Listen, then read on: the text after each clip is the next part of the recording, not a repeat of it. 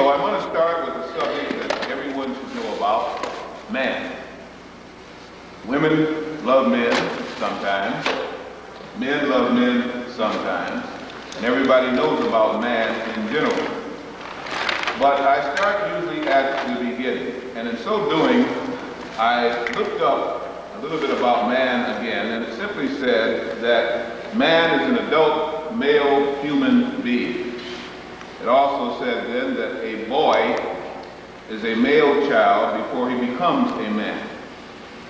And then it was interesting, I found that at one time the word girl really meant boy. And that was among what they call Anglo-Saxon people, as they were beginning to define their gender. The word girl actually meant boy at one time. I then looked up the word patriarch, and it said it means the father or the male head of a family or a tribe. And of course it gave examples, and in the Christian Bible, I simply use that because this is where a lot of my people seem to point their references again. It stated that Abraham, Isaac, and Jacob were examples of patriarchs. I appreciate that. We presently live in, and for some time have lived under, what we call a patriarchal or male society. Most of the presidents of the country in which we serve have been male, and most of these things have been run by males. Maybe that's why it's in the condition it's in. The Bible says, and again I'm going back to the book that most of us feel we understand probably better than other books. Whether we do or not, we'll have to actually see.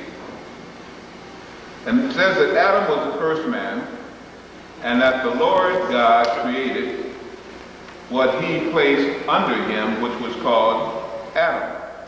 He said that Adam was put in a seemingly tropical paradise, and because he might become lonely, he made for him other animals, and then finally a helpmeet, who was known as woman. Now, because of this emphasis on man by the Lord God, many religious and also nations, again, throughout this planet, venerate man. They also say that the church has specific interest in the divine right of man, because he was said to be the ruler of all things and said to dominate all things that were made for him, put under his jurisdiction. But something's happened in our society. In our world today, there is much debate whether that something is good or that something is bad. Suddenly, there is what we call a male man, and instead we now have a male person, or a letter carrier. Instead of the chairman, we have a chairperson. Instead of a congressman, we have a what? A representative, or a congressperson. Mankind is now human being. Policeman is an officer of the law, and so on and so forth it goes. This is so that one gender does not then feel disrespected by the other gender. The male and female supposedly now are equal, and therefore have the equal rights which supposedly they had anyway. We have homosexuality and lesbians hitting man below his sexual belt, and in fact threatening his very masculinity. We have drugs that are turning man into a weakling. We also have stress that's turning him into a nervous wreck, and poor food intakes again are turning him into a very unfertile, very impotent, very frustrated shell of his former self. We're finding that man now dies much earlier than woman, that man again seems to get diseases faster than woman, that he's more subject to heart attacks, more subject to ulcers and to diabetes, to hair loss, and again to many of the ravages of old age, which shows on a man faster than it does now on a woman. So the question must finally be raised, can man in his present state actually survive?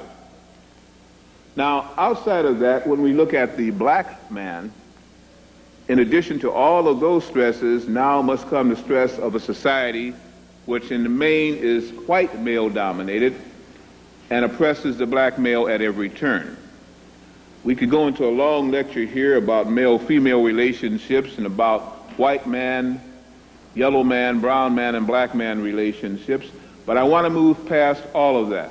This may come up down the line as we hopefully meet together through the year per se, but I want to go back and take a look at the book and a passage from that book that made man supposedly the dominant creature on earth and what it was said, but I want to look at it from a metaphysical point of view. I want to kind of tear it apart a little bit, maybe being a little bit sacrilegious if necessary, but still trying to keep the text involved to see if we can maybe look at this thing and reach a different conclusion. In Genesis, the first chapter, 26th verse, God is made to say, "Let us make man in our image, after our likeness, and let them have dominion over," and it goes on to say, "the various creatures that fly and crawl," and so on again like this. In Genesis, the 26th verse, it says again, "So God created man in his own image, and in the image of God created he him, male and female." Now, what do we have here? We have a God creating a male and a female at the same time and calling them mutually man. Later, a Lord God created another man and called him Adam. And this is where the trouble really begins to start, and what the modern theologists and preferably the theosophists are calling the second creation, or the second Adam, or what I like to colloquially call Adam 2. The Hebrew word for Adam means red clay, when literally translated.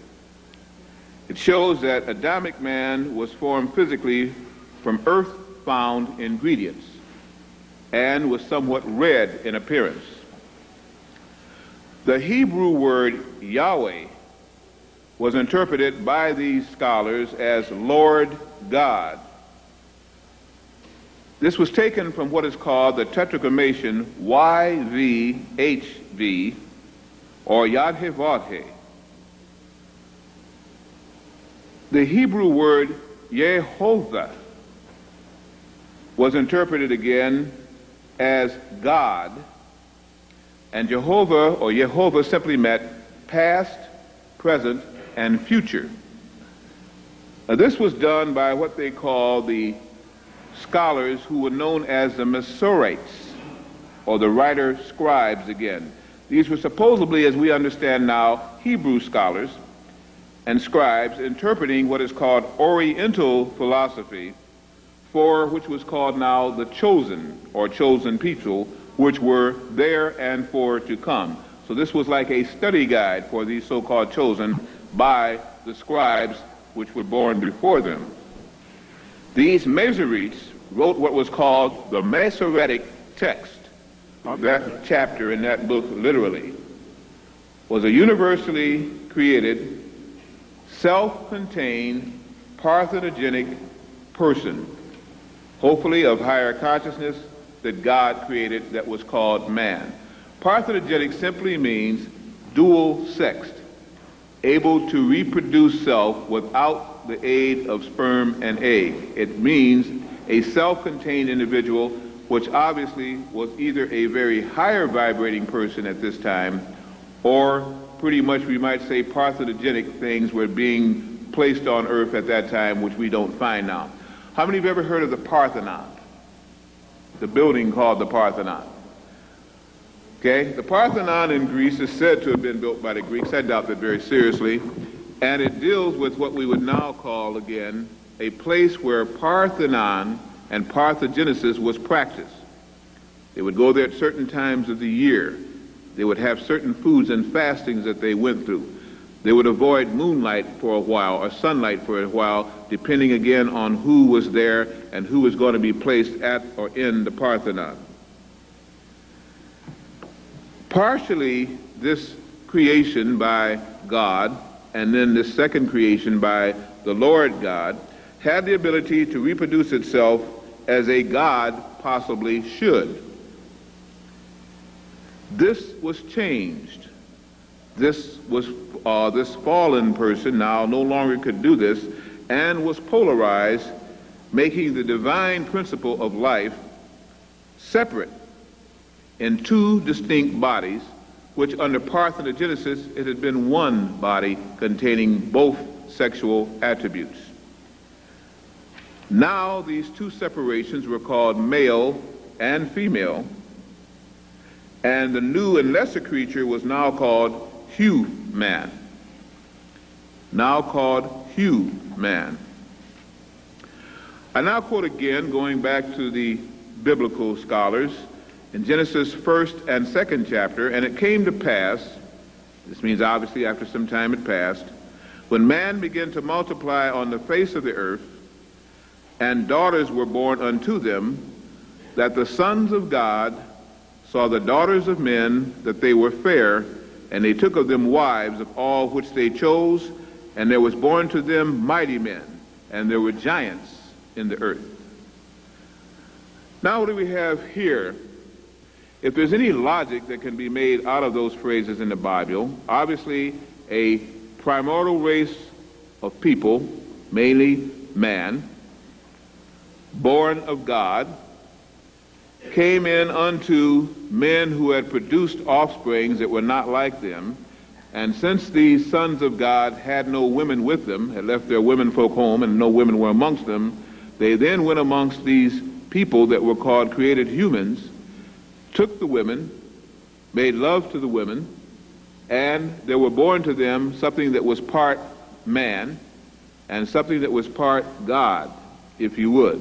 It was a different type of an offspring.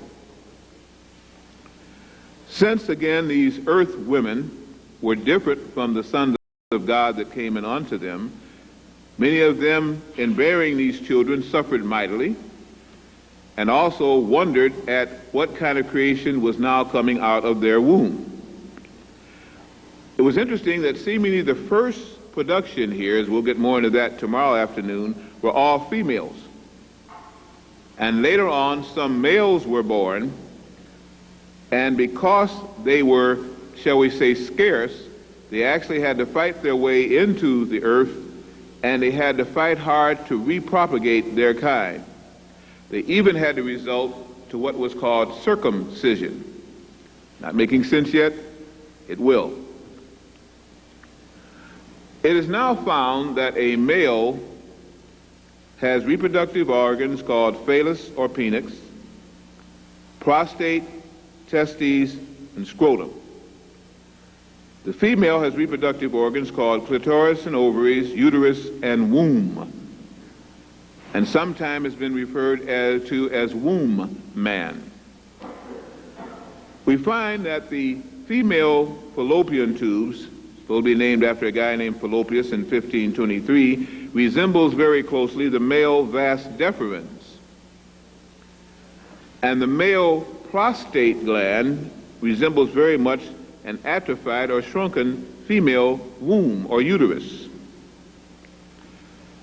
Every male has the rudimentary mammary glands of the female, and at times can actually produce milk, and if necessary, as some of the African tribes were shown to, can even suckle a child, per se.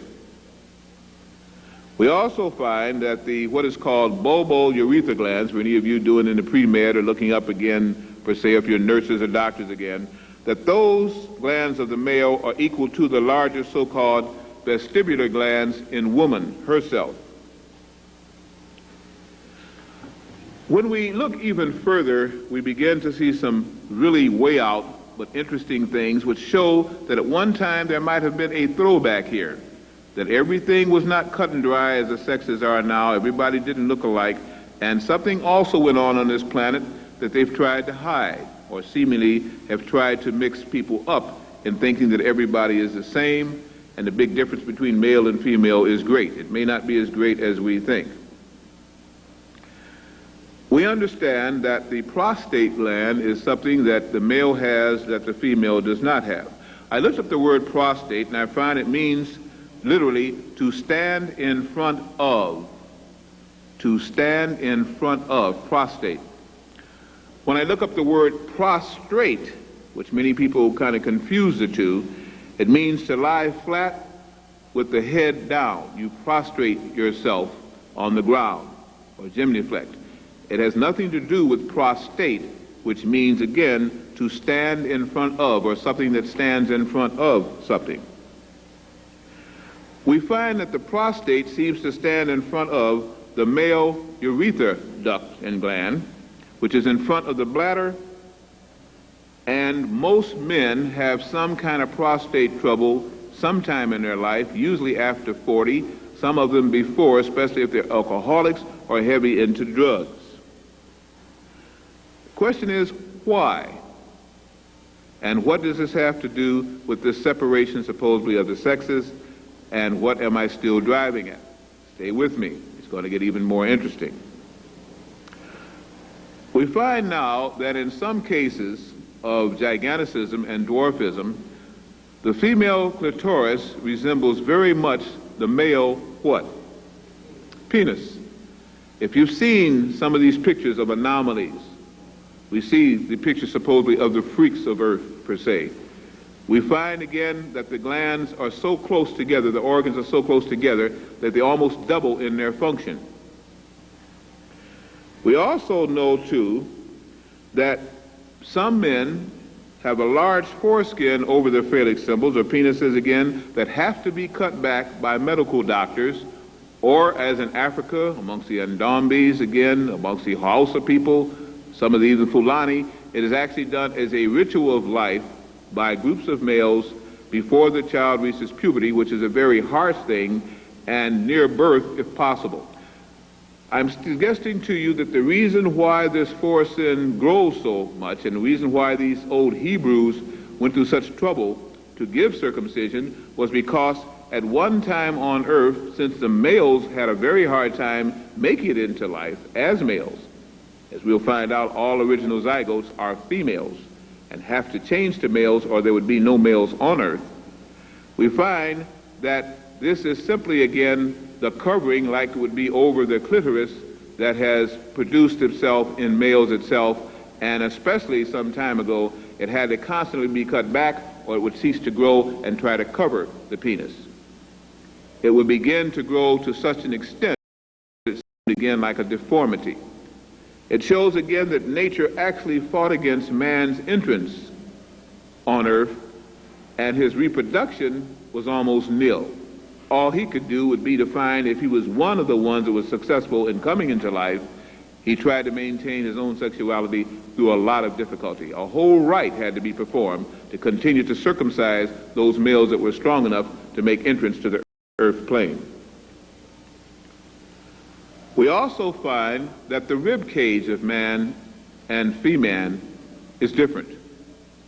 We find again that the rib cage, of course, encases the lungs, and that the lungs, usually in a male, are larger than those of a female.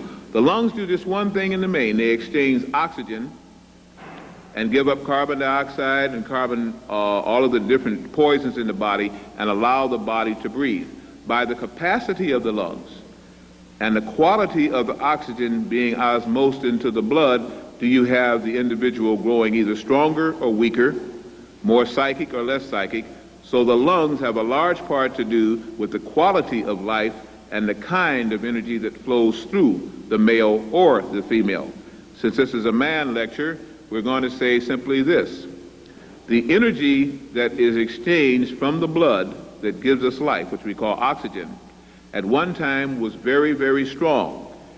The energy was such that the brain cells actually almost vibrated from the kind of pure oxygen that was on earth, and it was coming into man himself. Then as earth became more polluted, and as the energy fields of earth began to get less vibrant, the oxygen capacity and the energy in the oxygen also depleted, and man lost the power to do a lot of things seemingly that he could do before. The energy simply was not there. The energy was not in the corpuscles of the red blood cells. The energy was not in the oxygen, and the oxygen began to be weaker. And therefore man began to be weaker as a consequence. Most men who are from the sons of God, that paraphrased again in the Bible, have a very interesting gland that science does not talk about, that the physiologists do not talk about. Some men have discovered it, others have not. Some sciences have taught man to use this gland, but very few Western sciences even deal with it anymore. Some of you may already know, some of you may not know, and some of you may learn something a little bit different tonight. If the men in the audience that I see here, without hurting yourself, will simply take the top or the tip of your tongue and try to put it up near the roof of your mouth. Now, the females can do it too, but you're not going to find there what the men will find there. You will find, first of all, a very ticklish little area. It's a little mantle with little ridges. It's very sensitive. And then a pithy area near the back of the mouth. Now, some of you will notice that that pithy area can do strange things. If you eat too fast and you get a pea or a corn or something like that, it can actually come up through that pithy area and wind up coming up out of your nose or actually stop up your windpipe. How many have ever found things that go the wrong way? Oh, come on, I know some of you, everybody's gone through that one. All right, be honest with me here. It's a small group. Come on. Now, that means that there is a connecting passageway there. And it can either go down, and hopefully the esophagus closes as it goes down the trachea per se again and goes down into the digestive system. But every once in a while it goes the wrong way, and we can see that there's another interconnecting passage there. Well, just ahead of that pithy center, you will find a little mound or a ridge, and right up underneath it there is a little crevice or opening or hole in the roof of your mouth.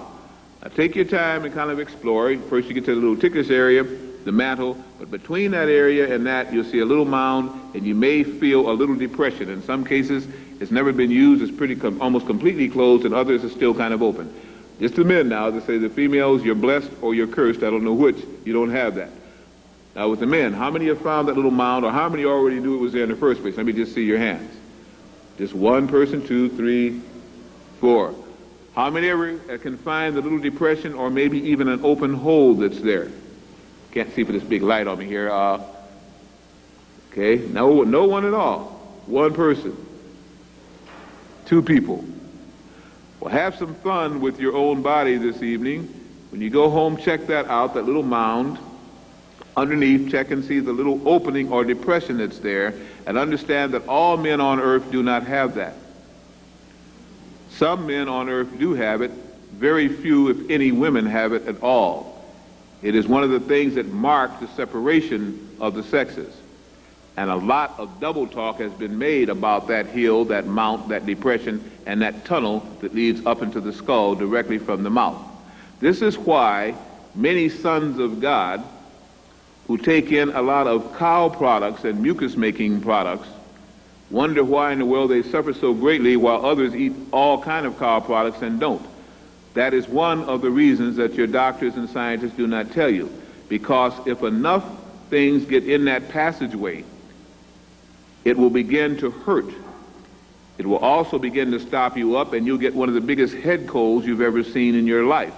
It is not coming from just mucus that's taken into the system. It's coming from that little drainage that goes down that passageway, especially from the sons of God.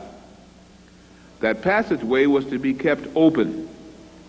And a lot of instructions have gone about, a lot of edifices, a lot of buildings and huge monuments have been built to that one miracle that was left as a sign for the sons of God, so they would know who they were and also know what they should do to ascend. Many of the Oriental masters who took the ancient teachings understood this and worked with it in various forms of Chinese, Japanese, and Oriental arts. Many of the Africans, I guess also with the Zulu and with the Hausa people, and against, of course, the famous Yoruba people. The Yoruba also knew and taught of this science. What that particular thing is reflected very much in what is called the Great Pyramid. The pyramid at Giza on the plateau there, in which we falsely call the Sahara Desert. That was not the desert it was built on. In other lectures I explained why that does make a big difference.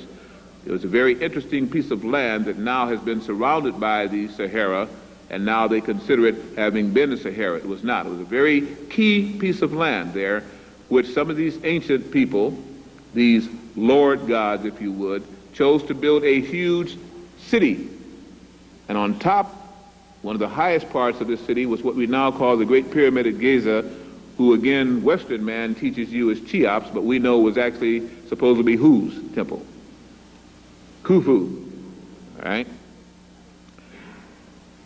If you will take a look at what is called the King's Chamber in the Great Pyramid, and those 4 slabs of stone that rise above the King's Chamber, I don't have a blackboard, but in a parapet like, 4 actually slabs, and then above it is a whole little room-like built. They state that this is where the body of the king was to be placed upon his death, and that's why they built the pyramids. I state to you concretely, the pyramids were never built as an entombment for anybody. It definitely wasn't built for Khufu, and certainly was not built for Cheops. Had nothing to do with any of that, but as a people degenerate and ignorant, do not understand what they see, they make up fallacies, and since the books are read as textbooks by us, we fall victim to the same lies and misinterpretation through ignorance. That pyramid structure was to resemble the skull of the sons of God, and to teach them that once they could understand this, they could then rise to the idea of the other edifice that they put out in front of it, which runs 240 feet, weighs something like 600 million tons, and is carved out of a solid plate of granite called the Sphinx. Mark my words, you're going to hear more and more talk about the Sphinx this year and through 96 than you ever had. And by 95 and 96, it's going to start giving off vibrations. Just as man's skull, that is the Son of God, will start giving off vibrations. When it gives off vibrations, the skull of man, the real man, the sons of God, will also start giving off vibrations. And when that tunnel to the Grand Gallery also opens as the stone falls away, so will the tunnel leading to the pineal gland within the sons of God open, and the powers will begin to run through him once more. Everything here was a symbol for those who were dead to finally awaken. That's when the pyramid became the tomb. It was never built as a tomb, but when those rightful users of the tomb fell in ignorance into necromancy, or death-like knells, lost in consciousness, and the planetary vibrations also shrunk, then all that was an entombment. The soul of man was lost in the skull of an animal, for he could not awaken and quicken to the vibrations that came from his bloodline, and was no more than the dumb beast of earth, who some people were told to subdue. Not all people were told to subdue. To make this even more simpler, or to get even more complex, we have collectively on the earth what we call 5 races of man. There are not 5 races of man. We have collectively on earth 7 continents by which this man may exist. There are not 7 continents on earth. And we have collectively again the colors black, brown, yellow, white, and pink by which the races of man are colored. There were also green, blue, and red men on earth, and we've forgotten about that. The only one we hear referred to as a red man now is so-called Native American, which we call misnomered the Indian. Our planet has come under a period of ignorance, dumbness, and lowered vibration, and that time is now to move. It is past. There is no reason for ignorance, dumbness, or lowered vibration if you want, and if you happen to be of the sons of the God and you don't respond to it, you will soon be dead. Now, isn't that a big threat? I'm not making the threat. I'm interpreting new and future knowledge. As a metaphysician is supposed to, you have to find out whether you can agree with it or not. There is no truth until you decide what truth is, and each person should find that truth out for his or herself. Human, by which if you look in the encyclopedias and dictionary, it says we're all human beings. That's a lie. We are not all human beings. Human is animal man. Hu was a god Hu, which ruled the lower plains again under the old teaching of the ancient Sudanese and Nubian people, and later on the so-called Egyptian people, which was a mixed race. You're going to find out just how mixed in a minute. Human did not come from God, or what we call the Creator, but from lords, or which we now call the Lord God, and animals. They were a creation by scientists who we now refer to as Lord gods. And they made human by engrafting and changing the animal life at different times as they found it on this planet and from other planets, and dropped them off here. God-man, this is the key, and the ones that had the key to the Sphinx and the pyramid, were from the sons of gods, or which we now refer to as the angels. And they were a cross between mankind and the sons of gods, or the angels. Understand this, in fundamentalist teachings, angels are those spirits who represent the Most High and who fly around with wings and live, whether it's in Herod or some of the lower heavens, and do the biddings of God himself. That is a fundamentalist interpretation. I do not decry a religion. I do not argue religion. I say that is only one interpretation of an angel. The other is those who mastered the angles, those who could bend light rays, those who understood the 4 pillars of the sacred sign of the swastika, which was not called the swastika, but a whole different name. It mastered those who could understood the 4 rays of consciousness necessary to exist on the 4th dimension, which Earth was supposed to have been into millions of years ago, but got held back by humans. Now, as humans are going to begin to die out, and the sons of God must come to the fore, so the angels can return, that awakened person is the one that will now go through changes like you have not seen, as he attempts to throw off the dross, the animal, and come into his own consciousness. Mankind came from the lords of different planets and was soulless and could not reproduce. I repeat the 3. Human, animal man, made from animal species both on this planet and other planets. God-man, the sons of God, and also sometimes interpreting with mankind, a made person again by Lord gods on other planets, and mankind again by strictly the lords of other planets in this one. Obviously, you can begin to see what I'm inferring. This has nothing to do with the Creator, the prime causation, the cosmic universal logoi. This has to do with people who evolve up the ladder, and because of their knowledge of genetics, their knowledge of geography, their knowledge of astrology, their knowledge of astrophysics, when they come to a planet, you treat them like gods. All of the series that you see now, Babylon 5, Deep Space Nine, and all the rest of it, are trying to show you what really may exist in this system and in other systems, to let you come into what is now called the planetary brotherhood. So, from the idea that you are a lone important species, you are not. But now the Earth is becoming an important place, as we'll find out for numbers of reasons over this weekend, as we get deeper even tomorrow than we're going to go tonight.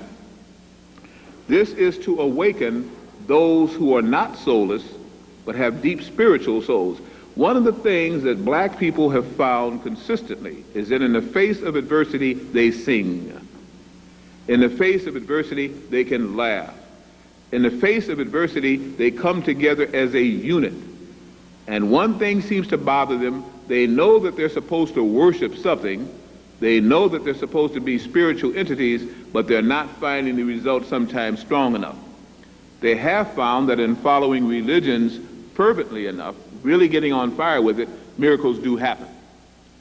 But down deep, they're not satisfied because they still feel there ought to be a shortcut, and they know that something's there, but it's just not quite right, and daggone it, it frustrates me no end. How many have actually felt like that? Don't lie, if you haven't, you haven't. Most of you do. That's why the churches now the people are going to the strongest word, the best choir, and the best place where they can also make money and meet good mates, and they're falling away from little churches that just can't make it anymore. Fundamentalism is separating from the advanced spiritual person. Again, I say this, and don't say I came here and talked about the churches and put them down. I'm not. Let each person go to any church they choose. It is their choosing. They will be responsible for their own souls if they have one. I'm saying that there's a difference between a spiritual person and a religious person. A spiritual person does not need a church, for the home and temple of God that they find their souls in is the church, and how they keep it clean and how they keep it out of ignorance and what they do with it shows their manifestation of the God's life. For the other, they need a religious fervor and constantly reminded, because they do not have quite the soul that is arisen to the point where they can again manifest the Creator within them. So they constantly have to remind themselves as a herd come together to give themselves the strength to carry on. That is changing. That's why you're going to find the church being attacked like never before, and leaders in false churches falling like never before, and that's why the Falwells and all the rest of it, and you find them like little animals attacking each other, each one pulling each other down, and the congregation suffering from it. Because man must learn he does not have to go to a church, he is the church.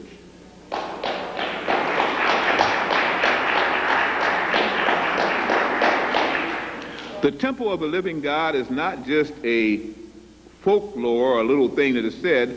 The skull that you have, when properly understood, is a temple.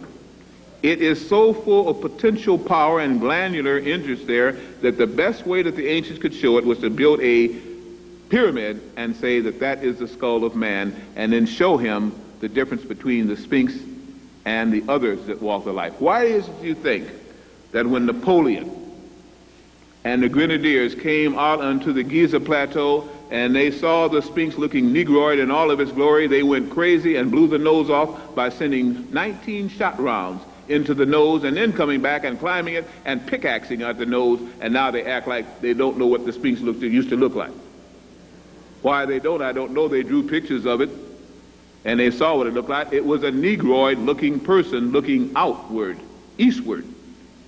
And it showed again that in front of this big pyramid, they put this skull and this animal. 3 of the secrets of this pyramid, and there's 7 secrets of the pyramid. 3 of them is that the head of the man on the Sphinx and the body of the animal simply shows that, if you notice, there's wings on the Sphinx, there's scales on the Sphinx, there was a tail on the Sphinx, there were claws and hooves. It shows that everything that moved, crawled, or flew on earth was subjugated or was dominated by the chief creature of earth, the Son of God, the man's head. But everything on that man's body of the Sphinx needs those other things to survive, until which time its consciousness rises enough and can outgrow them. It can eat fish. It can eat anything that moves and crawls, snails and everything else. It can breathe in air and live very well on that air if you would. I appreciate that very much. And live on that air if you would. It can do more things by adapting under different vibrations. It can consume everything on earth and live on it, even to the herbs and the berries, if it goes up that far. Once this is understood, then you understand again that it was that the animal portion of man was located in what is called the primal urge, the lower chakra, the animal brain, which is located just below the navel and connected to one of the units of the spine. Now, what am I talking about, the animal brain? You've only got one brain. It's got its different lobes. There's 2 hemispheres, and we all have studied it. That's not the only brain you have at all. What they say is wherever you have neurons, you have the capability of thinking and relaying energy. Neuron centers in the brain are connected to what they call glia cells. Glia cells are connected to what they call axons. Axons are connected to dendrite, and dendrite stems are like conjunction boxes, or what they want to call the junction boxes for electricity. They run from one neuron center to the other. All that simply means is you have a place like a computer that can think and process thoughts. Then it has a coaxial cable that gives it the energy. And depending on what kind of energy comes through there, the computer generates more energy. The neuron center can generate more thought. Then, based on how many programs you have in that neuron center, how many programs you have for that computer, the computer can be smarter or dumber. And then once it kicks in, it's joined, just like with the cable, to other computers or other neuron centers. So the whole key is this. The neuron, wherever it is found, is capable of generating or processing thought. That's all you have to know. And if you doubt me, go look up in your physiology books tonight, come out tomorrow, and we'll talk about it. If you understand and agree with me, let us move on. Anywhere you have a neuron that is linked to other neurons or to the spine or to nerve centers, that means that neuron can function. What is a neuron supposed to do? Generate and process thoughts, coming and going. You have a collection of neurons up and down your spine and in certain pockets throughout the body, one of which is what is called the solar plexus. And just a little bit below it, above the spleen and above the navel, you will have a neuron center. That, I claim, is your animal brain location. That is why in the Oriental philosophy, in the Yoruba philosophy, even amongst the ancient Zulus, concentration upon the solar plexus with energies coming in either from the moon or the sun will turn a person more like into an animal than before. You can act like an animal and still be human because you are an animal person. Most of your ideas of survival, hunger, fear, fighting, come generated from that selection of neurons at the solar plexus. They do not come from that up here in the skull. In fact, you will find when you get really uptight, what does it say? My stomach got in knots, I couldn't talk, I just felt pain here and I was all uptight. That is your animal brain talking, taking over, to fight or flight, to fear or love, to hate or to detest. These are all animal passions, and that's why they call them. These are the emotional hubs. They say that we use less than 1% of our brain. I sometimes even question that amount. The reason why we don't is because we are usually ruled by the animal body and animal brain, which has got so used to dominating man that now man is more animal in many cases than, what can I say, some of the animals. Some of the animals will not kill in the way man will now kill, or human will kill. Animals in general will fight to a point where one gives up, turns belly up, and the animal growls, postures, and walks away. Man will blow you away, human will blow you away now for no reason at all. We have become more animals. And therefore, those sections of our neuron centers work better than the one up here. So much here, this thing up here has nothing to do, it's getting rusty. It gets a lot of mucus around it. Its ends burn out and it won't fire correctly. You begin to really try to use it, you get a headache. You use it even more, you begin to get boils and breakouts because the energy has to drive out the pus and stuff that is coagulating the machinery. We don't use it. And there has been a lot of interest to stop us from using it, especially those of the sons of God and their offspring. Why? Because mankind and human was taught by mankind that if ever the sons of God would awaken to the power of using the upper brain power, they would become so devastating, so frighteningly auspicious, that everything on earth would tremble at the power of this latent God and giant now asleep. That's why they've never told you the proper use of the brain, and they will tell you again also that the pineal gland is an atrophied, non-usable tissue and organ that used to function but now has no bearing. That's another one of the biggest lies ever told. The pineal gland generates melanin and melatonin. It works best between the hours of 11 at night and 2 in the morning, when most of you should be asleep or in total darkness. It does not like light during the time it is regenerating. And that is also when most of the sons of God will find that 3 days out of the month, or either in the evening or daytime. You have to find out whether you are a solar being or a moon frequency being. I know you don't know what I mean yet. Keep coming and we'll talk. That means at that time, the hole at the roof of your mouth will begin to let out air. It will begin to generate a little bubbling sound. Some of us have not even understood when this happens. It usually has a pattern, and as you become more and more conscious of it and do things to increase it, it will open up more and more. How many of you, now don't lie about it, share with me, I'd like to see again the consciousness here. Men, because they say women, you don't have this privilege or this curse, whichever. Your day is tomorrow. Men have found that sometimes they seem to feel air or bubbling at the roof of their mouth in the area I just had you to try and trace with your tongue. How many have noticed it sometimes acted, but you never knew when it was? Just 2, 3, 4, some of you are thinking about it. And you often say, boy, what was that? And it sounded like a little bubbling sound. Sometimes it might even go on for 30 seconds, which is very frightening. You say, what the heck was that?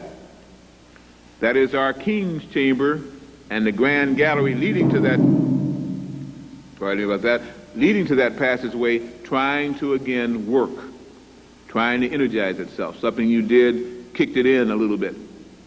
I state through meditation, I state through honoring the pineal gland by sleeping during those hours. You don't even have to sleep much past that if you can get good sleep during that time. It will increase the degree and vibration of the melatonin that you have in your body, increase your psychic power, so-called, your sense of ESP, and your health will increase. Once more, as when the sons of God came here and committed the atrocity that lowered the potential of man, and yet it was a blessing because it gave a seed and a spark to mankind that he could never have had otherwise. So it was both a curse and a benefit. When they came here, our planet was surrounded by a magnetic field. That magnetic field cloaked out gamma rays and other what they call cosmic rays from coming into our planet and disrupting the life progression that was on the surface of our planet. These same Lord gods then came and set up an electrical field inside that magnetic field, causing everything to slow down.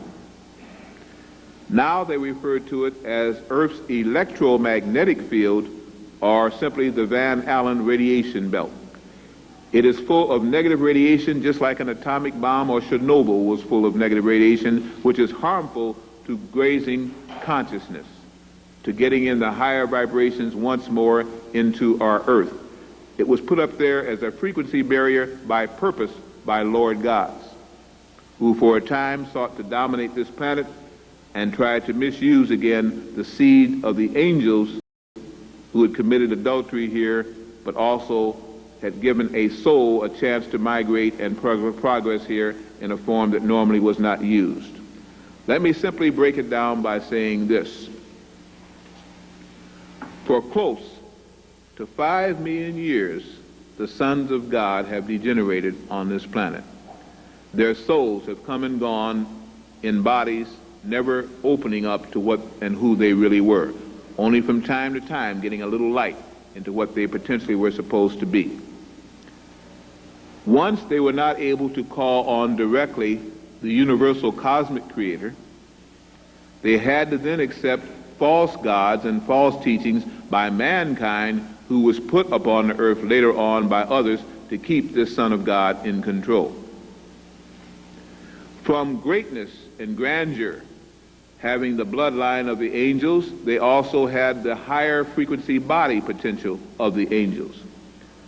But now it was locked in an animal body and could only escape between the hours of 11 and 2 in the morning, when the pineal gland could kick in and they could come out of these false bodies and become what they really were. That's why people who dream in black and white are on the verge of ascending. People who dream in color and remember the dreams and have dreams that come in threes are prophets. And as it moves up again, they can begin to awaken and come outside of your body, look down upon your body, and see that you are more than the body, because you never were human. You were simply encased in human and locked in by the frequency barrier, and you were. trapped on a planet who you didn't even come from, or only here for a lesson, the lesson has got to go on and on and on infinitum. Well, even the planet is getting tired of that now and is changing the frequency.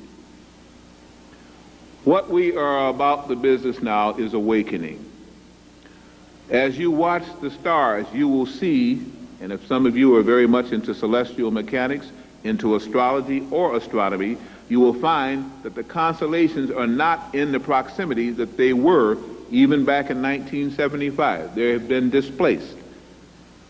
You will find that due to what is called the progression of the equinoxes, even the signs by which you think you were born under no longer are the signs that rule you. They are not your natal ruling signs because they have now changed 30 degrees.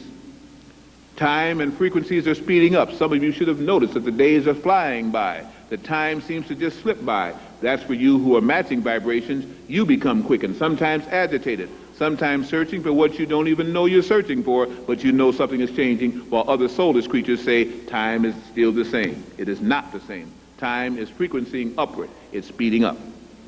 You must also speed up, and to do so, you must awaken those glands that can cause your body to keep up with your soul. And it means you will be mutating. Don't become frightened of mutation. Sometimes if everybody mutates, nobody notices. The first mutation will be of the soul progression, and your neuron centers will begin to clean up their act. That's why head colds will be the rule. That's why asthma will be the rule. Asthmatic conditions will be the rule as you try to clean off the mucus and burn it up. The more you use your brain, the faster it will be burned up, and the more you get the headaches, and the headaches will go away because you'll finally begin the frequency like you're supposed to. For those who can't, they will get sick of head diseases and die. For those who can't and are in the body, they'll get attacked by body diseases and die. Dis-ease only means one thing: imbalance, out of order. To hold a charge and not be able to use that charge will cause that charge to burn up the wires, to burn up the connections.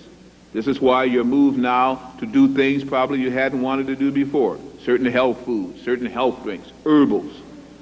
You all wanted to go into the marijuana and stuff before because you know there was something that you could activate. And so rather than do it the hard way, you say, I'm going to just trip out real quick. Not understanding that in a lowered frequency, when you do that, you run into lower vibrations, which also are called to a planet with that, and into all kind of trouble, losing your mortal souls. We've all talked about that, but we didn't understand what we were saying. But to a clear head, who through the use of consciousness-raising drugs, now I'm not talking about now the street drugs, I'm not talking about barbiturates and influence and all this kind of thing. I'm talking about the wushis and the fotis and the ginsengs and the things that can tremendously raise your vibrational rate. The pineal gland then begins to activate and not die up and dry up. It activates.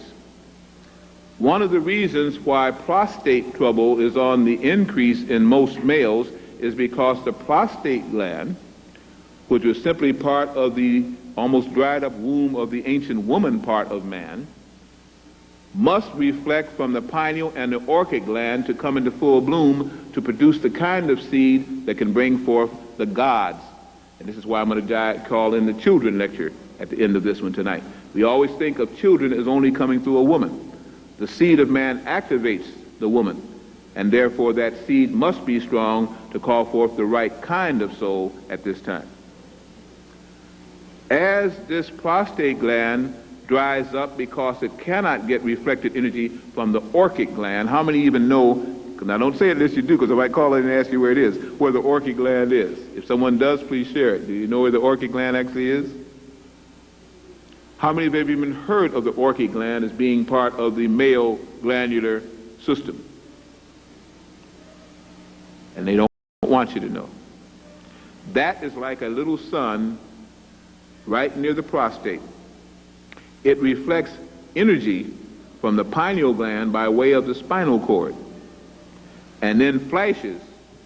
And as it flashes, it increases the seminal fluid energy, which then can house a new type of a sperm cell, which then, when that sperm cell is released or when it is built up, activates the higher glands of man.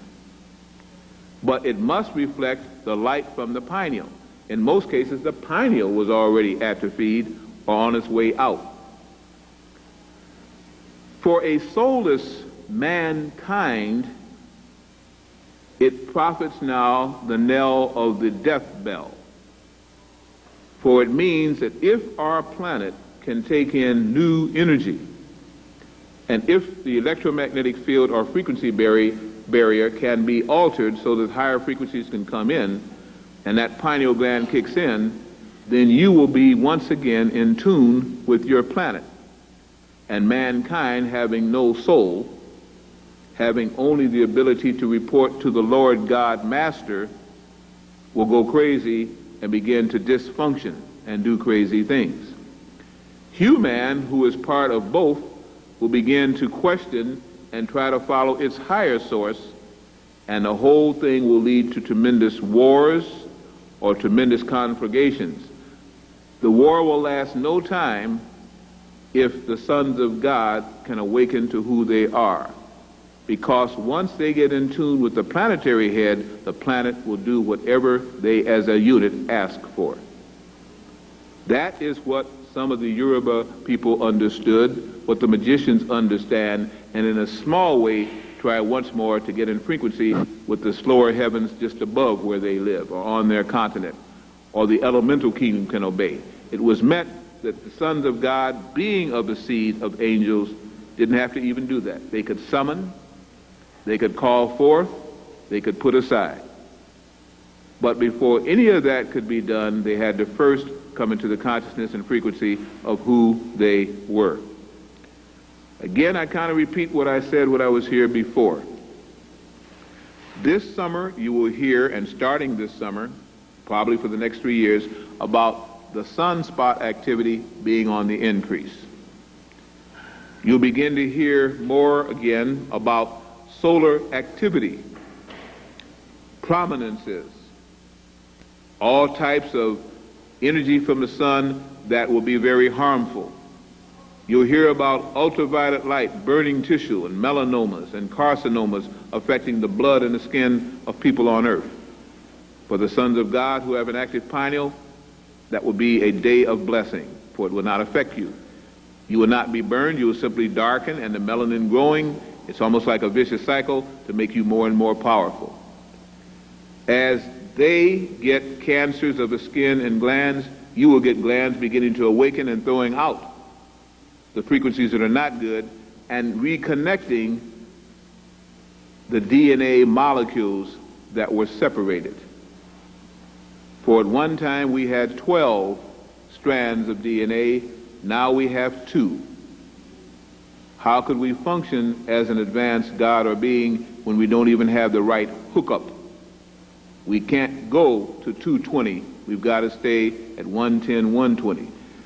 That will activate the glands to begin to work on the molecules of the cells, and the cell's DNA will begin to unite. What they call junk DNA is not junk DNA. It is where it all got blasted apart, and now, like an amoeba, it will be coming together again, and each cell in your body, blueprint, will begin to vibrate faster as you become once what you were, the true sons of the gods.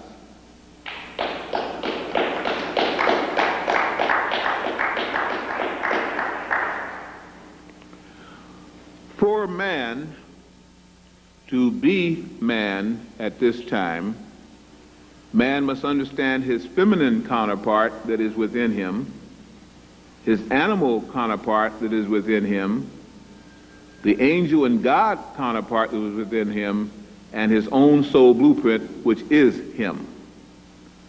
That's why you will find people undergoing hypnosis, past life recall, flashbacks of things and intuitively that they didn't know happened, but they'll begin to see their past lives come forth. People that they meet that they'll be drawn to and they don't know why. Places that they'll go and they'll go to and they don't know why. But each time you'll find that there's a benefit that comes when you follow that mind, because it will be something of an experience that will help to reawaken you. You must remember who you were. You must work with the DNAs in order for the DNAs to begin to entwine together. We speak of the tetragrammaton, which of course Jewish people cannot affirm. They will not say the name Yahweh. They will not say Yad-Heh-Vav-Heh. They will not say any of those things because they were not the chosen for this energy. They were usurpers and interpreters of the books of magic without the soul to contend with them. But the soulless ones and the soul ones were both asleep. Now when we understand that as this pineal gland flashes more and more, as the pyramid begins to also begin to give off sounds and the Sphinx begins to vibrate, that it is only a sign that the sons of God are calling forth their fathers and the angels are now being summoned to return. When they come back, the sky will be full of spaceships. Some are already there and seen by those who can see in that frequency, others never see them. When that happens, all granite formations in, on, and around our earth will begin to give off sounds and vibrations. It will be a sign. With that will increase mighty earthquake and volcanic activity. It has to be that way. And if you happen to live on a fault line, you best move. If you hold back further the retardation of this planet, you are not serving the planet, and the planet cannot serve you. You'll always be told, once you're a psychic, when to move on and what to avoid. And the more you come in tune with the lines of force coming into our planet, the more will be your radio that is built in that will operate, and you will just know what to do or what to avoid. You'll know who to trust and who to accept. You'll know when you're powerful and when you're weak, and you'll know what to do to increase either one. The thing is, will you follow that inner voice and that inner sign? To conclude the part of the man lecture, man is separate from mankind, who is an invention by the Lord God. The Lord God is a planetary ruler, as each planet has rulers, and this one went a little bit berserk because of things that happened, which we'd have to talk about, which is under the science called cosmology. It has nothing to do with the first cause, God, a creator. Please do not say that I said that. We're talking about advanced beings who from time to time see the planet and from time to time even interfere with the planet, and now they must move on. The creation that was here, that went through all of this, will be double rewarded, because the souls that choose to incarnate at this time, which we call children, and have incarnated for the last 40 years, the advanced triggers, now will be rewarded for what they came here and suffered greatly through to get the job done and to show again that the angels could return. Children are our key. That's why the state wants to run your children, disrupt your home, and do everything it can to stop that soul from awakening and being the mighty army that they were sent here to be. This is where we must talk to women and mothers. We must talk to the man, however, because in many cases it is the boy child that is the one that will carry forth the great ruler out of which his continents will come, that the angels will walk through and work through, and whose chamber will awaken just as the Sphinx and pyramid is awakening. Let me just say this as I conclude the first part. They not only have found the same Sphinx on Mars, as Zulu also told you, but on the moon, on Jupiter, and everywhere they go, the same Sphinx stares them back. The sons of God did not just come to the earth. They are the masters of our solar system and our constellation. Just as in Star Wars there was wars between the good and bad, there was a war here on earth. They hid that book from the Bible, the Wars of the Lords. They hid all of the things that would let you begin to understand that you were different from the other races of earth, and earth was your home, not theirs. But now that you can come into consciousness, you won't have to worry about getting out in the street with AKs, going out in the street and shooting them up. You can carry more power that will stop any bullets from being fired. You can cause earthquakes to happen or not. You can cause fire to actually come from the sky. And I'm not trying to compliment you, because misuse, it will burn you up too. It's just a simpler way of understanding. As you're beginning to come into your own, certain conditions are necessary. First, if you cannot separate, then you must separate in the mind and spirit, so you do not vibrate with those who will be destroyed by this change. And next, If you don't believe in spaceships, that's good.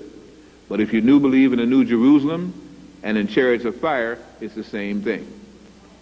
The angels of the Bible are the space people. That's all that they were, advanced scientists, and some of them act pretty dumb, in fact. They also have weaknesses and strengths. But the good guys from Sirius are on their way back. Because of that, you have the annual enemy, the people from Orion and Lyra, still giving you the new metaphysical cosmic books which still lie to you. But Earth will be a testing ground like you have not seen, and you will be alive to see it. So before you go crazy, understand you're going to see things in the sky, things on the earth and in the sea that will make everybody tremble. But understand, they will still serve you if you but know who you are. I say to this, sons of God, awaken. Daughters of God, know who you are. Do not bring in full of drugs and lower souls that are seeking to get in at this time, and clear your own family's minds. You might be surprised that you have already entertained an angel unawares. I thank you.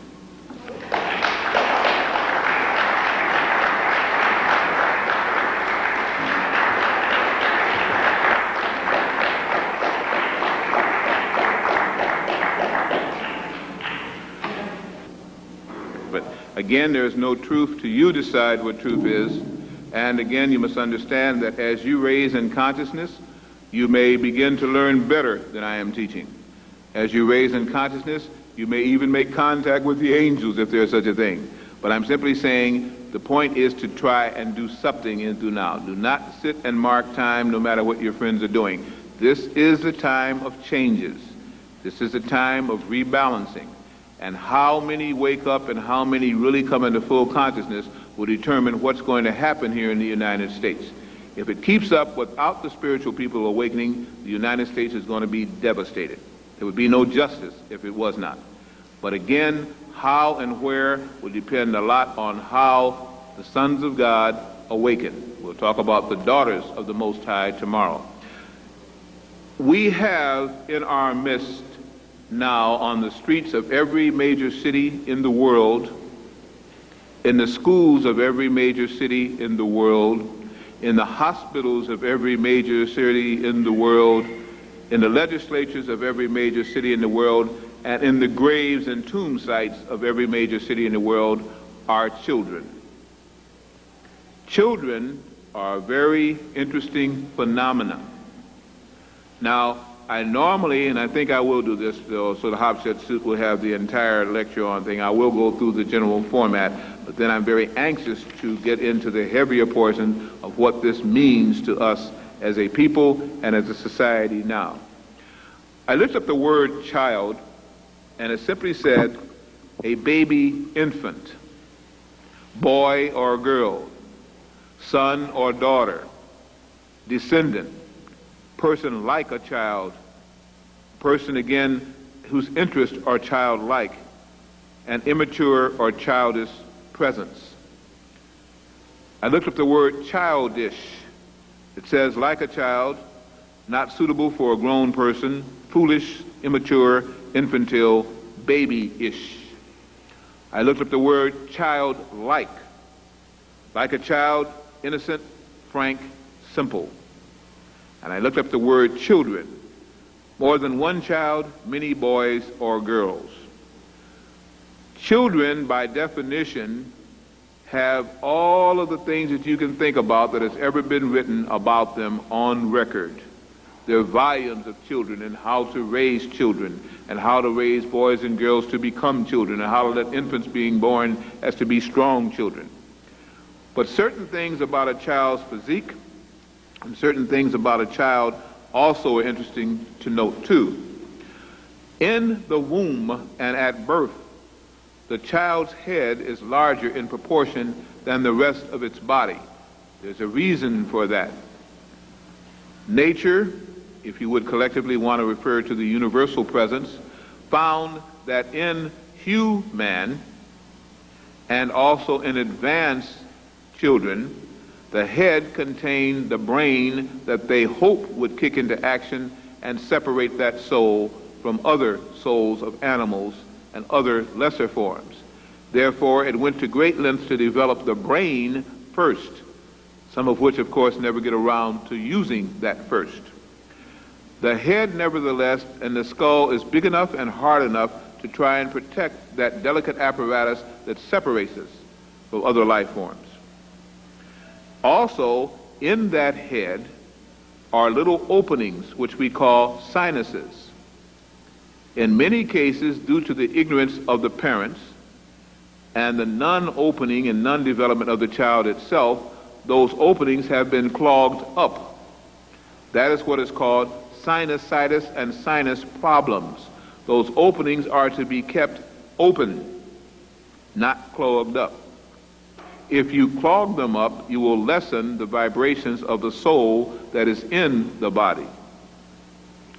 With a child, again, also there are meridians or lines that run from the spine to the ear, to the hands, the palm of the hands, to the soles of the feet, and the top of the head.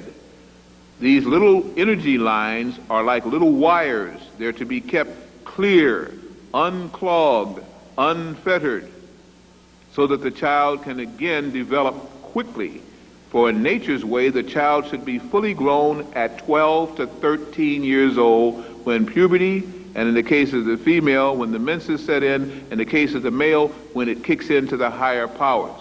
Because of this backward, retarding society, they don't want that to happen, and it has succeeded in stopping puberty and the development of the brain. The body now is outstripping the brain in growth. That is a dangerous sign. For the body now is becoming that of the giants, especially with the sons of God. They will grow very tall, and the daughters of God will grow very tall, but unless the brain capacity and the neuron energies keep pace, you will have a giant, dumb beast capable of doing terrible things without the control of the brain. Also, some children, as you learn, do not follow Dr. Spock's pattern, do not follow the prescribed pediatric procedures, and do things different. Some of the children can learn to walk in 10 months. Some 18 and 19 months old before they walk, and they're crawling around sometimes at 26 months old. Some can say 4 to 5 words in the first year. Some can say 4 to 5 words in the 4th month. It changes. Some children stay extremely hungry during the first 6 months and take in with an appetite that is voracious. Others seemingly don't want to eat at all. Some children are born to drug and dope addicts and seem to be afflicted with drug habits at birth and continue on through showing all the signs of that, while others again seem to show pronounced genetic activity that makes them extremely psychic, and the mothers know, but the fathers also know, because the mother has been communicating on a psychic plane. The father, however, has also been communicating on a psychic plane, but sometimes because of this backward society is not told the little signs that lets them know, especially if the soul is a male soul. Also, we will find that not only are the children going to be taller now, and you're going to see heights that begin to shock you, but they also have psychic powers that they're using, but they sometimes don't even realize they're using it. We're going to explain all of that. You will find when some children are around you, if you're a male, when the male child is around you, if you're a female, when the female child is around you, you'll experience a strange buzzing in your right ear. And sometimes after they leave, you will think a bee is around, and you know a bee can't be around in the dead of winter. They are there to unlock certain powers within you, and when they're beginning to unlock, it's like a set that comes on, but the picture or the sound is not clear. So you get a little buzzing, and you whip at it, and you'll see people doing this a lot. You watch, especially black people, and there'll be nothing around, and people will say they're crazy. They are not crazy. They are finally awakening. That energy that spirals in when the pineal was working will sometimes let you see flashes before your eyes. You see things flash and you're not quite sure whether it's a TV set, are you going crazy, or is something happening to you. You are awakening. When you hear it on your left ear, clear it up. There's problems. You should hear it on your right ear first, and then it should entrain and go around your head. When you do that, you will find that you can begin to remember things that you thought you forgot. Sounds will begin to come in your ear, and I'm saying S-O-N-G-S, that you might not have heard since the 40s, 50s, or 60s, depending on how old you are. That's why certain stations now are carrying the oldies but goodies. They are to awaken you and help your soul to tune into the best of what it is. The powers are fighting for you. You must then designate what you want to hear and tune out. Don't argue with the station. Tune out what you don't want to hear. Tune to what you do want to hear. You control your own sets so far. These children are not children at all. They were not put here for you to sacrifice, and this child didn't ask to come here, so I will sacrifice my life for the child. Don't be a fool. The child was here because it is here to teach you, and you're here to teach it. You can both learn. You're not here to sacrifice. Your life is too precious. Both of you are supposed to understand it may be your worst enemy that is now born amongst you, and it may be your best friend. It may have been your husband or wife. It is not at all a new soul, because any soul coming in since 1985, really I would say 1980, is an old soul. They are here to fight, but in a way that you don't even understand. They are here to reawaken you, to help get guidance, and they all must be centered. You cannot leave those souls alone. They did not come here to be left alone. If you leave them alone, they will come into the maturity of the animal body, and they will fight and kill. They have done it before. They will do it again. If you guide them, they will not be abused by computers. They master computers. In fact, it kicks in their neuron centers faster. The sounds that you hear on the air in rap, the rap is only the soul that is very angry, and it needs to be angry because it needs that strength of, again, the, the gland of fight and flight. Can't think of the gland right now I'm talking about. It needs that kind of a quickening and awakening. But it also needs a time for peace and quiet. And you will find once they go through that, they suddenly fall asleep, and they sleep very deeply, because that is also to bring balance. Children now are, again, your best friends, your worst enemies, or people in between, but they've known you before and you've known them before. When you conceived, both male and female, it was not an act of one. The way that you vibrated at the time of conception will bring forth the kind of soul that you called for at that time. If you were under drugs, the child will come through as a soul that could take that kind of vibration. If you were in love, the child will come through reflecting that manifestation, because that was what called it forth and made it tune in. If you were raped or you hated, it will reflect that. But whatever you had in your seed and in your womb and in your ovum and in the sperm cell, that is what soul was called forth at that time. But mark my word, none of these children are weak. These children are strong beyond belief, and they can take things that you could not take. That's why they chose this time of birth. They can be very good, they can be very bad, but they are not weak. They are strong. They were here for the final countdown. How you feed that child, both in the womb and after it sits at your table, will also help to either mellow that soul and help it to turn its frequency upward, or devastate that soul and help it to turn its frequency downward. The battle for melanin-carrying children is on this planet. That's why you had the Atlanta child murders. That's why you had the penis tips of the boys cut off, as I talk about in the melanin wars, to extract the best form of orchic secretion and melanin to help enhance for the soulless ones, again, their ability to fight off diseases and imbalances brought on by the frequency change of our planet. You must protect them. What are the rewards of sharing your life with a child? The child may help you to live longer or increase the quality of your life by giving you that blend that you need.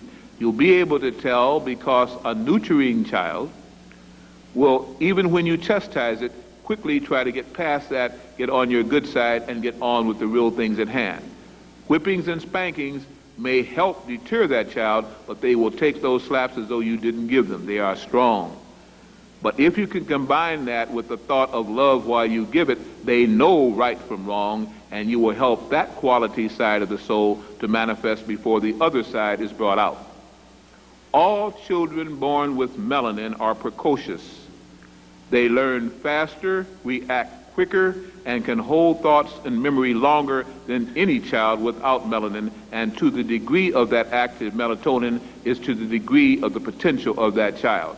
That's why the system wants to stomp out and hold back heavy melanin-laden children. They want to take away the right of teaching from the family so that the state can take those children, turn them into either a drone army to be tapped glandularly, or to a fighting army to attack the very forces that can stop them, or again for control. They know and fear the melanin-carrying child now being born.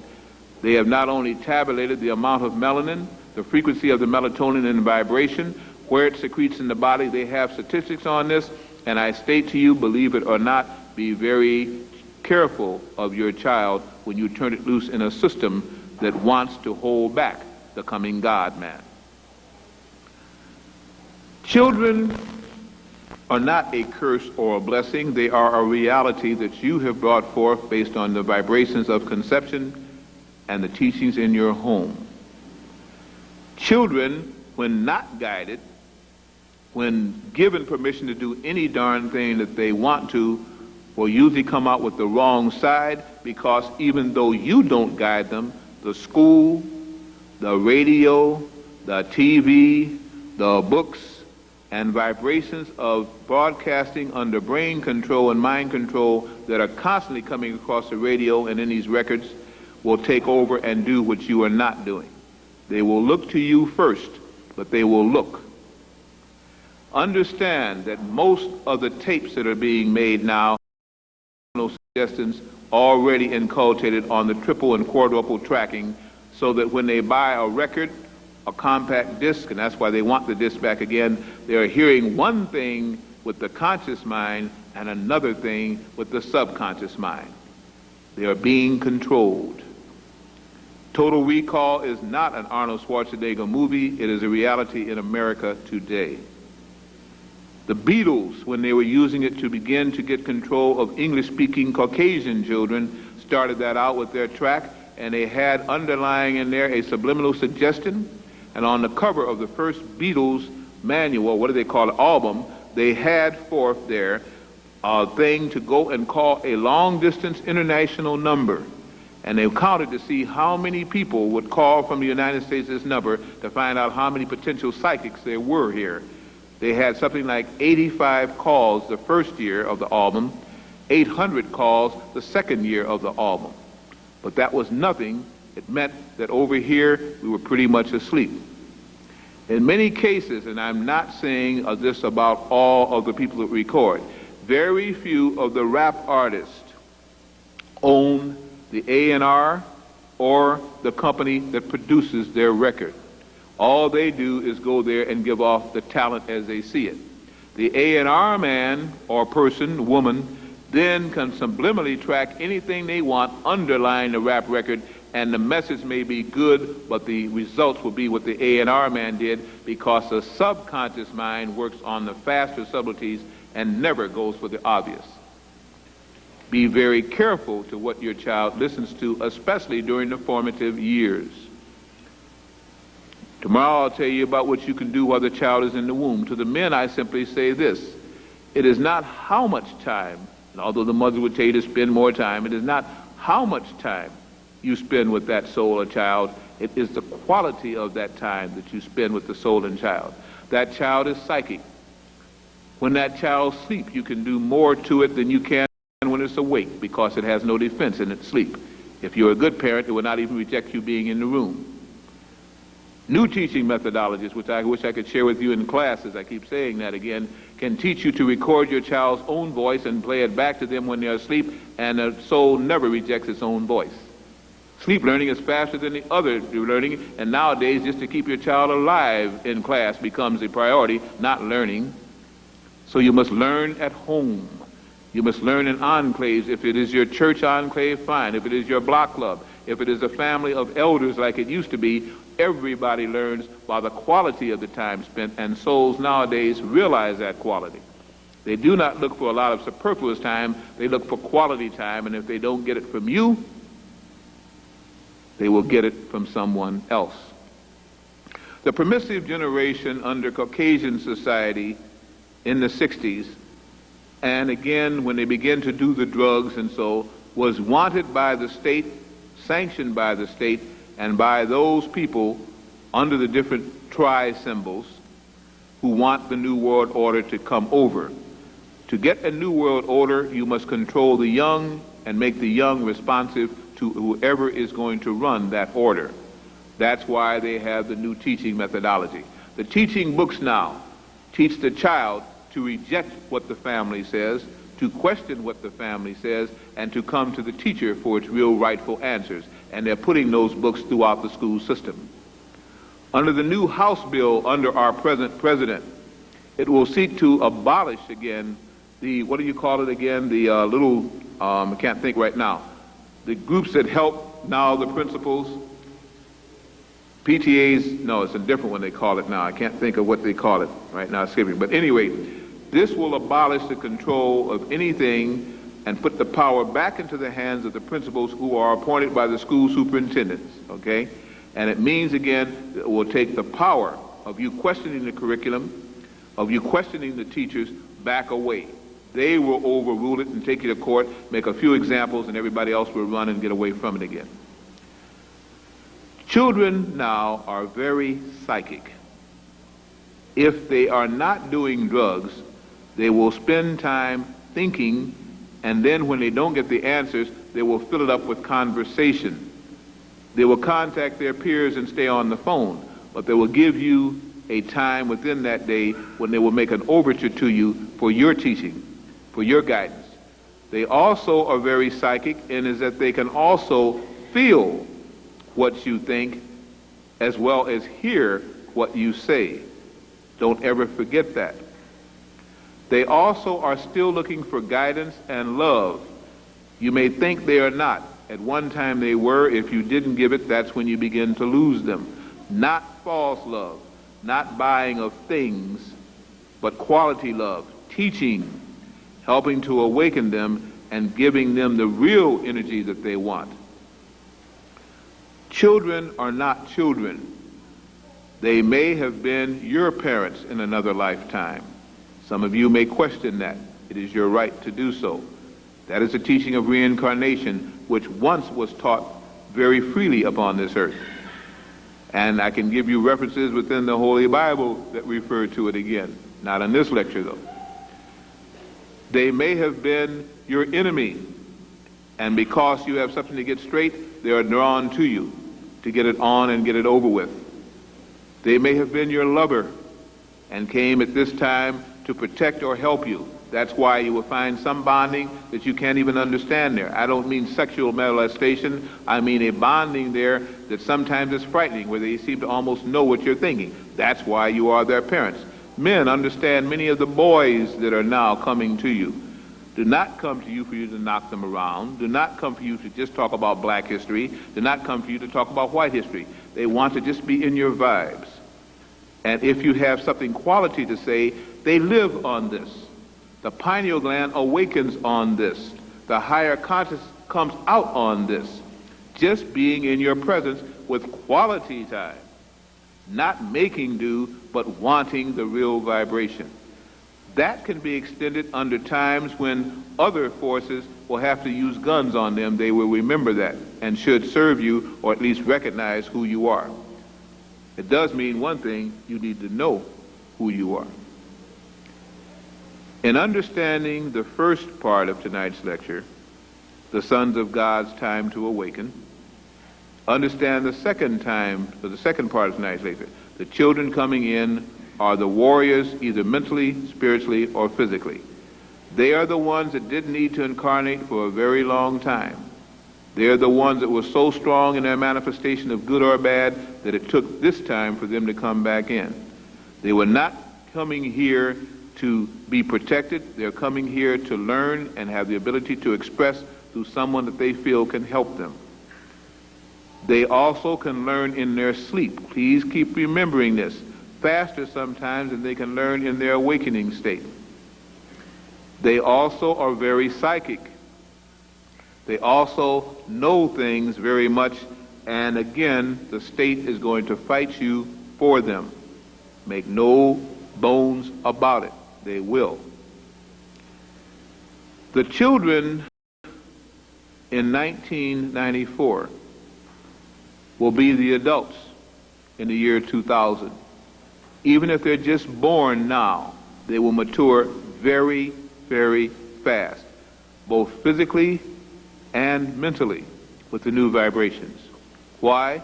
Because they have not had a lot of time to clog up. They have not had a lot of time to get all of the shots that have held us back, all of the misteachings that we've had to unlearn. They're here seeking truth, and if they hear a lie, they know a lie just like that. 3 lies and you've lost them. It'll take you a year to regain what you told them in 3 lies. You cannot lie to these children. But if you start telling them the truth and don't treat them like children, treat them with love and treat them as advanced adults, they will mature like they're supposed to very fast.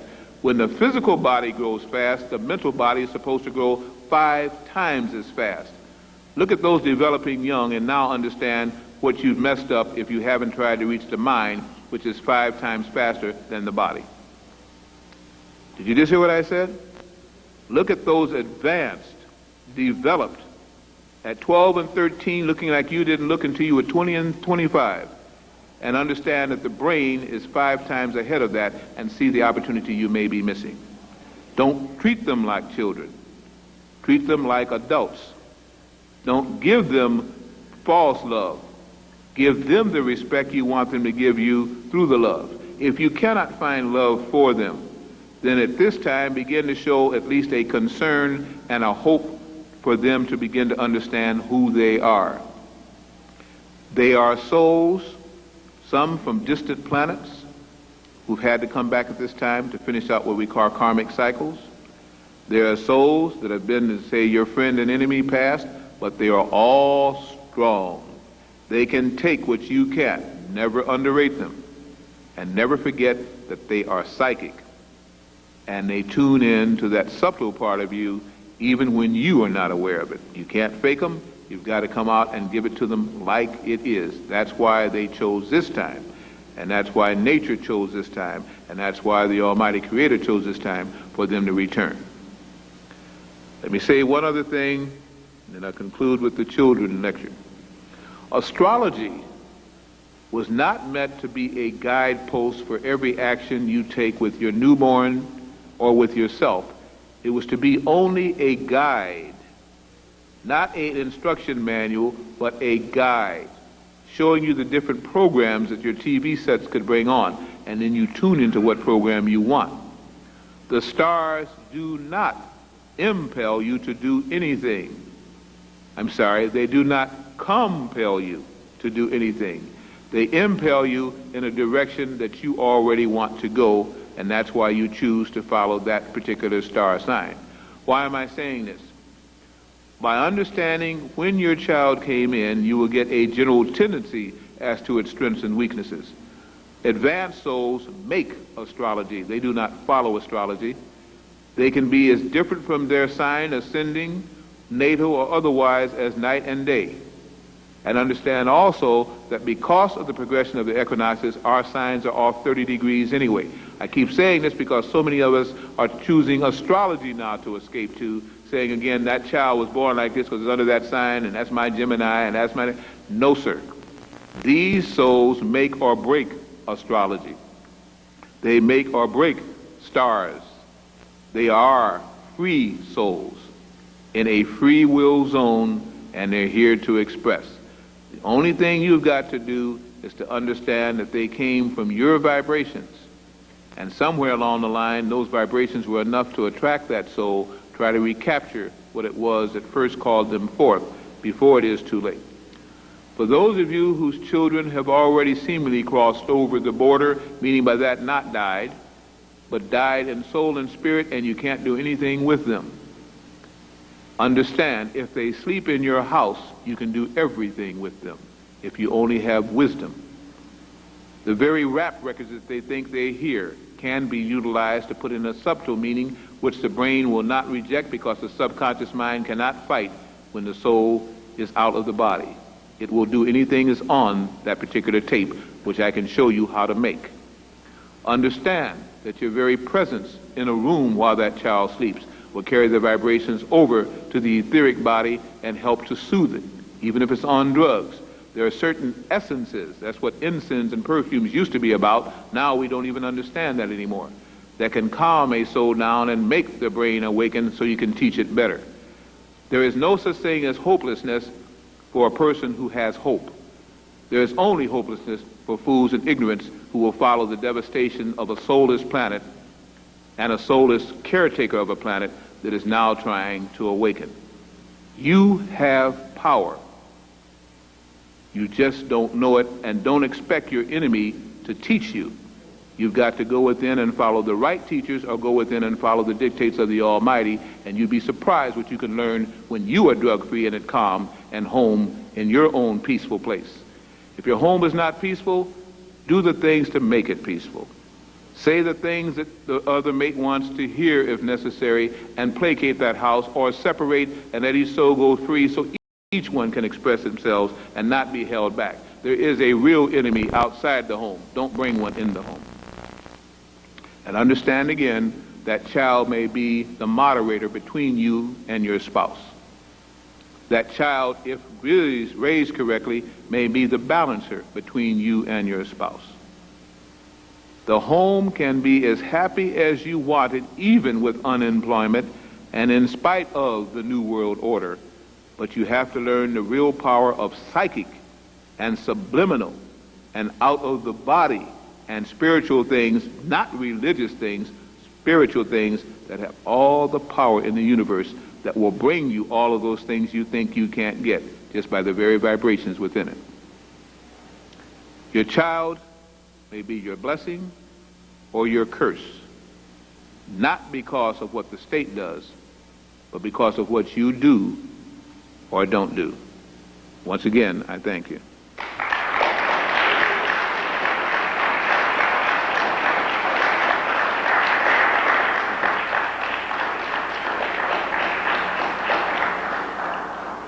Okay, for a brief time, or if it's possible for Q&As, is there? And please understand this, I do not bring with me, or our group does not distribute products that are bad knowingly. We have one man who does our research, and that's all we pay him to do, is to research new products. Thank you. It's not what you call it. Yeah, I see, okay. To research, thank you very much. To research new products, and as these things may, some of the good chemists, the good researchers are leaving corporations. They see bad things happen as government and conglomerate takeovers come, and they won't work for them. So when we see a product line changing, we change the product, that's all. We try to keep our prices down and yet make some profit. Understand the profit is reflected in the profit. The BioGuard Plus is an antioxidant enzyme.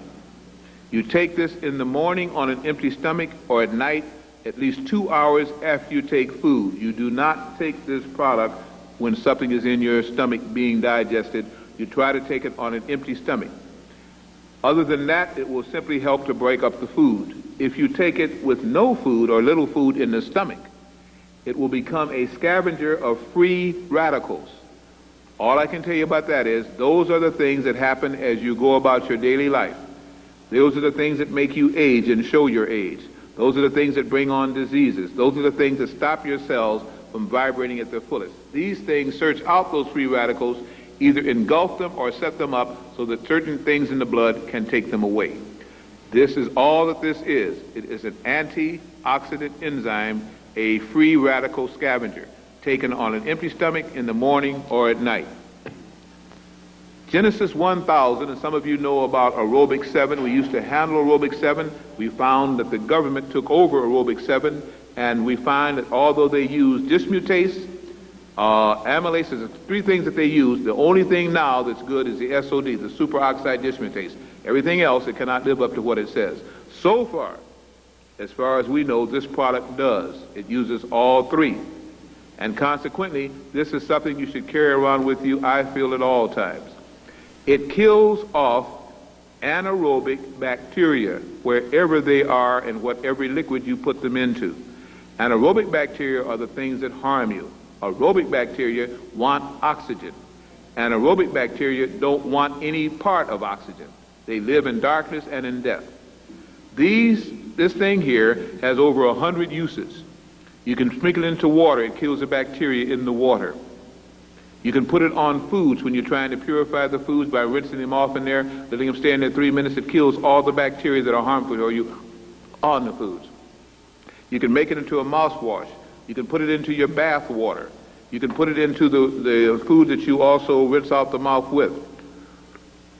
You can use it on your skin after shaving. And in fact, the guys will find you can get a smoother shave and kill off the bacteria that cause some of the harmful blackheads and stuff by simply using it in that. It is a stabilized oxygen product. This is Genesis 1000. This is hydrogen peroxide. You better get it quick. The government's trying to take it off the market. Why? Especially for melanin-carrying people, it helps your cells to vibrate to a higher ratio. Okay? All I can tell you about it is that hydrogen peroxide acts in the system like ozone acts in our planet. It breaks down those things that are bad and increases the viability, the life force in those things that are good. They have all kinds of hydrogen peroxide. Be aware that the one you get for 50 cents or $1.25, the 3% is not to be taken internally. It will pickle the stomach and cause a bleaching of the skin. It should be used only in case of bites, very harmful bacteria and stuff, where you're going to go to extreme methods. Internally, I would never suggest the use of 3% that you have there. This is 35% food grade, internal grade hydrogen peroxide. It is already mixed with aloe vera, and in this case, about 6 other little small amounts of herbals, very small amounts. This will help you to raise the oxygen capacity of your blood. What will that do?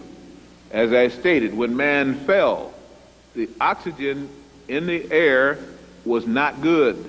The oxygen in the body was not adequate, and cells begin to die. Cells begin to vibrate on a lower ratio. Cells didn't push up like they could. It was like a jet on the ground with its wings back, stopping at stoplights in the street. Do you follow me? This will at least let the wings come out and you start looking for a runway. You might want to start to take off, a natural high. You might want to start to vibrate like the body can.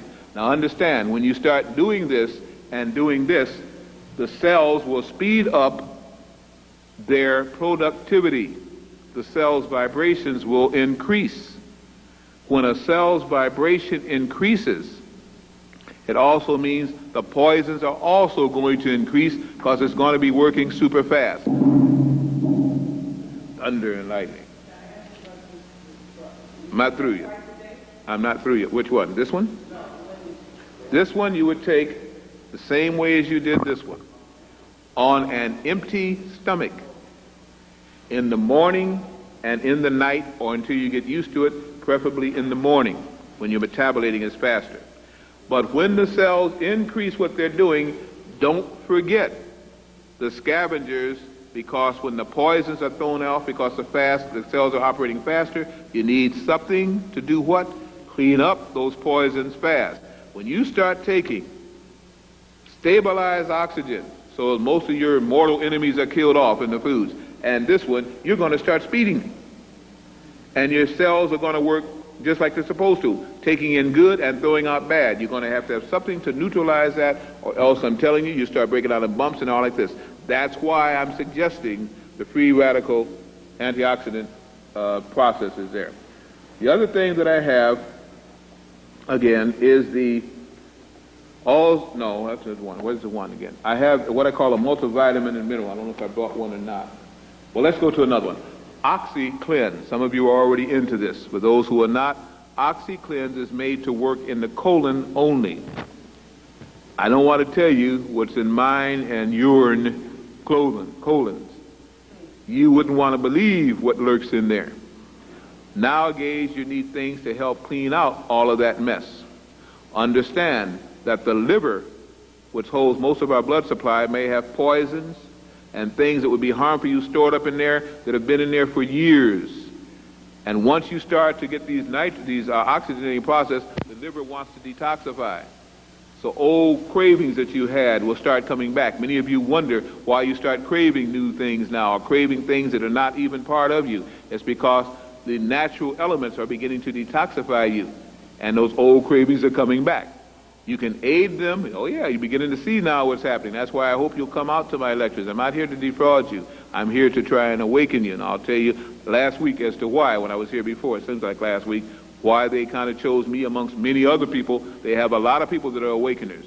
Hear what I'm saying. If it makes sense, follow it. If it's not, don't pay any attention to what I'm saying. But I'm trying to tell you the truth.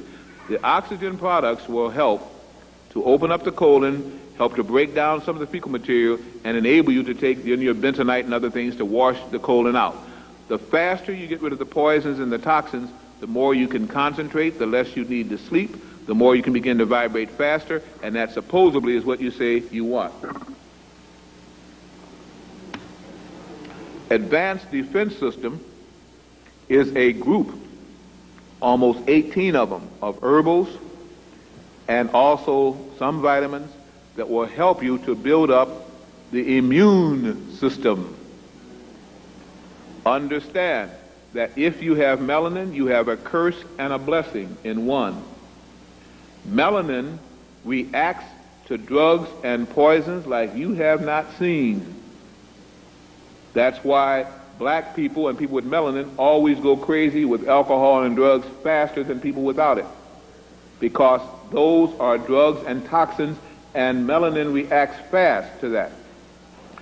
Just as that makes it the curse, the blessing is it will also speed up your psychic ability and the spiritual thing you say you want faster if you can keep the body clean.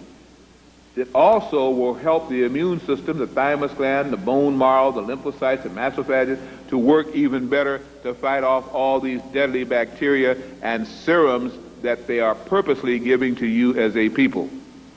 Right now, this is a good product. The last one, and I don't know if I even have it here or not, I might have brought it. I don't think I have it, but there is what we call Advanced Nutritional System. That's this one. The reason why it has this little flyer with it, and if you can't get it today and tonight, and I hope you can, we will mail it to you if you want to buy it from it. It's not the end of the world, okay? We're going to distribute it. Please don't get all excited and angry and so on and so forth. You have real enemies. I'm not one, okay? Everything you want can be done, and it will help us and we can help you. But this has herbals, vitamins, amino acids, cytotropics, and glandulars all in one. If the company changes and we find it, we'll tell you, don't buy it anymore, they've changed. Right now, this is in food form, which means that your body will accept it very readily. And last of all, I didn't bring it because I carried one to Detroit. I have classes in Detroit, and they broke it on the airplane, and I cannot afford those kind of losses. There's something called China Gold. China Gold has 36 herbals in it. 10 of them are ginsengs, at least 9-year root.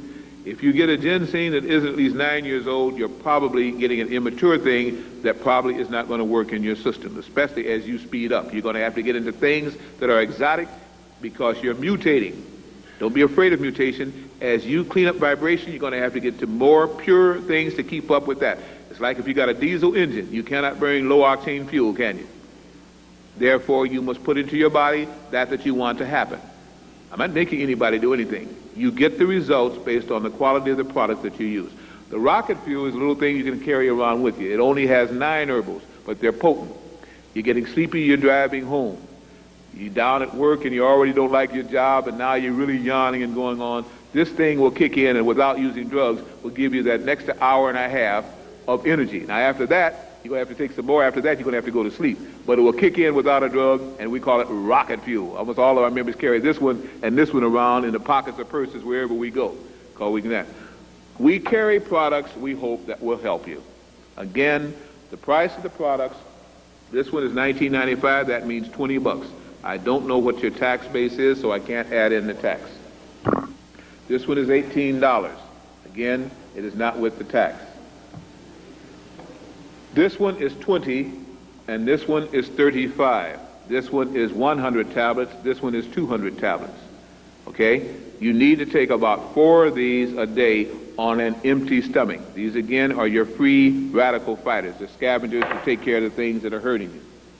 And which one didn't I talk about? The advanced nutritional system comes in 3 sizes. This one is $19. There's a little small one that sells for $10, and there's a big family size that sells for, I think it's $39 or $40. I'll have to check that out. But again, this is one of the things we recommend on that one. All of these products, we hope, are New Age products. We carry 70 other lines. They are for the really sophisticated ones. Female problems, edema and swelling, we'll be talking about that tomorrow. Male prostate problems and so on like this. We carry, again, also things for sexual potency, hair loss, balding, so on again, things like this. We also carry, and this is what some of you have asked about and waited for, I know, a full line of magnetic products. Many of you use crystals. We have one of the best crystal people in Chicago. They even go down to New Mexico and blast out of the mines. Crystals are subtle, unless you got one as big as this building, and you can take a tip off of it, which you can make contact with. You're going to have to get to magnets, which work quickly. You can carry it on you. You can put one in front of your body, one in the back of your body, and work with every gland in your body and never have to have surgery. Understand what magnets can do. That's why they took away the magnetic power. When the ancients in the Egyptian 18th dynasty, when the ancients again in Samaria, when the ancients again in the Sudan and Nubia wore these jewels and things, they didn't wear them for glamour. They wore them for a purpose. This ring I have on here has 2 magnets on it. It looks like a ring. That's great. That's what it's supposed to look like. The watch has magnets on it. It looks like a watch. That's what it's supposed to do. There are magnetic insoles you can put in your feet when you're walking to energize those meridians and help your body to loosen up and begin to heal itself. Magnets can be used as we have them for the bed and mattress covers, pillowcases. I mean, what can I say? Become aware this is a new age. You must go to new things. And for some of the electronic smog, the electronic diseases, cellular telephones, TVs, microwaves, power lines, you need diodes and magnets like you don't dream of to direct those energies so the body can handle it. We are a new age, futuristic, black company. We also are a teaching facility. I hope you will hear our word. I hope you will support us. I hope very much, again, we can do this more and more. And even if we're blocked by the media, understand, again, as you come out, you can get on our mailing list, and you can also contact us. There are many tapes that I have. I don't have a lot that I brought. I'll give you that I do have, or I'll sell you that I do have. But understand, again, it is not the end of the world just yet. Any tape on the list, you simply write us. I suggest, again, you send for that packet, which will mail you back everything that you need about all of our products again, and again, you can contact us again. Let me thank you very much for your interest. I hope you go out and bring about 8 other people tomorrow at 1:30 for the Woman Lecture, and may again Allah, may the Creator, may the Almighty Logowai of the universe bless you, and again, Assalamu alaikum, and thank you.